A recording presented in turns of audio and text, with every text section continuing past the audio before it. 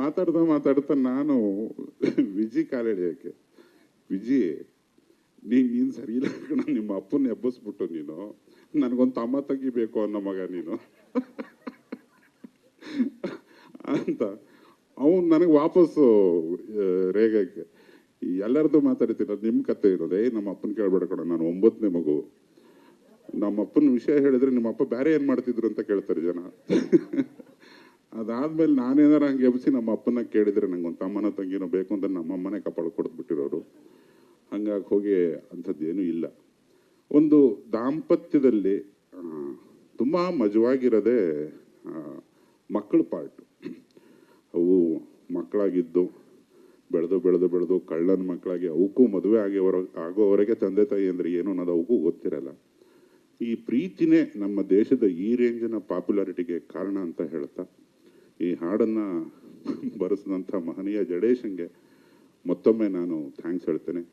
ಹಾಗೆ ನೀವು ಎಲ್ಲರೂ ಇಲ್ಲಿ ಸುಮಾರು ಜನ ದಂಪತಿಗಳಿದ್ದಾರೆ. ತರುಣಂಗೆ ಪಾಪ ಹಾಡು ಬಿಡುಗಡೆ ಮಾಡಿದ್ದಾನೆ, ಮುಂದಿನ ಚಳಿಗಾಲಕ್ಕೆ ಗೊತ್ತಾಗದು ಕಣ ನಿಮಗೆ. ಸೋನಲ್ ಅವರೇ, ನಿಮಗೂ ಶುಭಾಶಯ ಹಾಡು ಬಿಡುಗಡೆ ಮಾಡಿಕೊಟ್ಟಿದ್ದಕ್ಕೆ. ತಂಡದ ಸುಮಾರು ಜನ ಸದಸ್ಯರಿದ್ದೀರಿ, ಎಲ್ಲರನ್ನೂ ಈ ಲೈಟ್ ಕಣ್ಣಿಗೆ ಹೊಡಿತಿರೋದ್ರಿಂದ ನನಗೆ ನೋಡೋಕ್ಕಾಗ್ತಿದ್ದ. ಶ್ಯಾಮ ಥ್ಯಾಂಕ್ ಯು, ತುಂಬ ಚೆನ್ನಾಗಿ ಪ್ರಮೋಟ್ ಮಾಡಿದ್ದ. ಆನಂದ ಆಡಿಯೋ ಅವರಿಗೆ, ನಿರ್ಮಾಪಕರೇ ನಮಸ್ಕಾರ, ಥ್ಯಾಂಕ್ ಯು. ನಿಮ್ಮ ಮಗನಿಗೂ ಥ್ಯಾಂಕ್ ಯು. ರಚಿತಾ ಅವರೇ ಅದ್ಭುತವಾಗಿ ನಟಿಸಿದ್ದೀರಿ. ಹಾಡು ಬಿಡುಗಡೆ ಮಾಡಿದ ಪ್ರತಿ ಜೋಡಿಗೂ ನನ್ನ ದೀರ್ಘದಂಡ ನಮಸ್ಕಾರ ಮತ್ತು ಥ್ಯಾಂಕ್ ಯು. ಈ ಹಾಡನ್ನು ಒಂದು ನಿಲ್ಲಿಸಿ ಕೊಟ್ಟಲ್ಲಿ ಸಿನಿಮಾಗೆ ತುಂಬ ದೊಡ್ಡ ಪ್ಲಸ್ ಆಗುತ್ತೆ. ಇವತ್ತು ಪ್ರಚಾರದ ಸಣ್ಣ ಸಣ್ಣ ತುಣುಕನ್ನು ನಿಲ್ಲಿಸ್ಕೊಳ್ಳೋದಕ್ಕೂ ಒಂದು ಇಡೀ ತಂಡ ದುಡ್ಡು ಸುರಿಯೋದಲ್ಲದೆ ಶ್ರಮನೂ ಹಾಕಬೇಕು. ಇಷ್ಟೊಂದು ಮಾಧ್ಯಮದವರು ಸೇರಿದ್ದೀರಿ, ಒಂದು ಬ್ರಿಲಿಯಂಟ್ ಪ್ರಯತ್ನ. ಲ್ಯಾಂಡ್ ಲಾರ್ಡು ನಾನು ಸಣ್ಣ ತುಣುಕುಗಳಲ್ಲಿ ನೋಡಿದ್ದೀನಿ, ಜಡೇಶನ್ ಬಾಯಲ್ಲಿ ಅದರ ಸಿನಾಪ್ಸಿಸ್ ಕೇಳಿದ್ದೀನಿ ಅಷ್ಟೇ.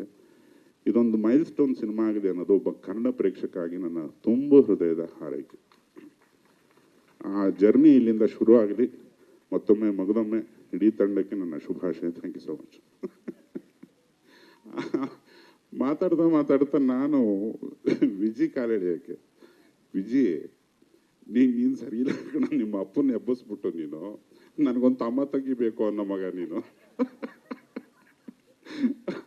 ಅಂತ ಅವನು ನನಗೆ ವಾಪಸ್ಸು ರೇಗಕ್ಕೆ ಎಲ್ಲರದ್ದು ಮಾತಾಡ್ತೀನಿ. ಅದು ನಿಮ್ಮ ಕತೆ ಇರೋದೇ, ನಮ್ಮ ಅಪ್ಪನ ಕೇಳ್ಬೇಡ ಕಣ, ನಾನು 9ನೇ ಮಗು, ನಮ್ಮ ಅಪ್ಪನ ವಿಷಯ ಹೇಳಿದ್ರೆ ನಿಮ್ಮ ಅಪ್ಪ ಬೇರೆ ಏನು ಮಾಡ್ತಿದ್ರು ಅಂತ ಕೇಳ್ತಾರೆ ಜನ.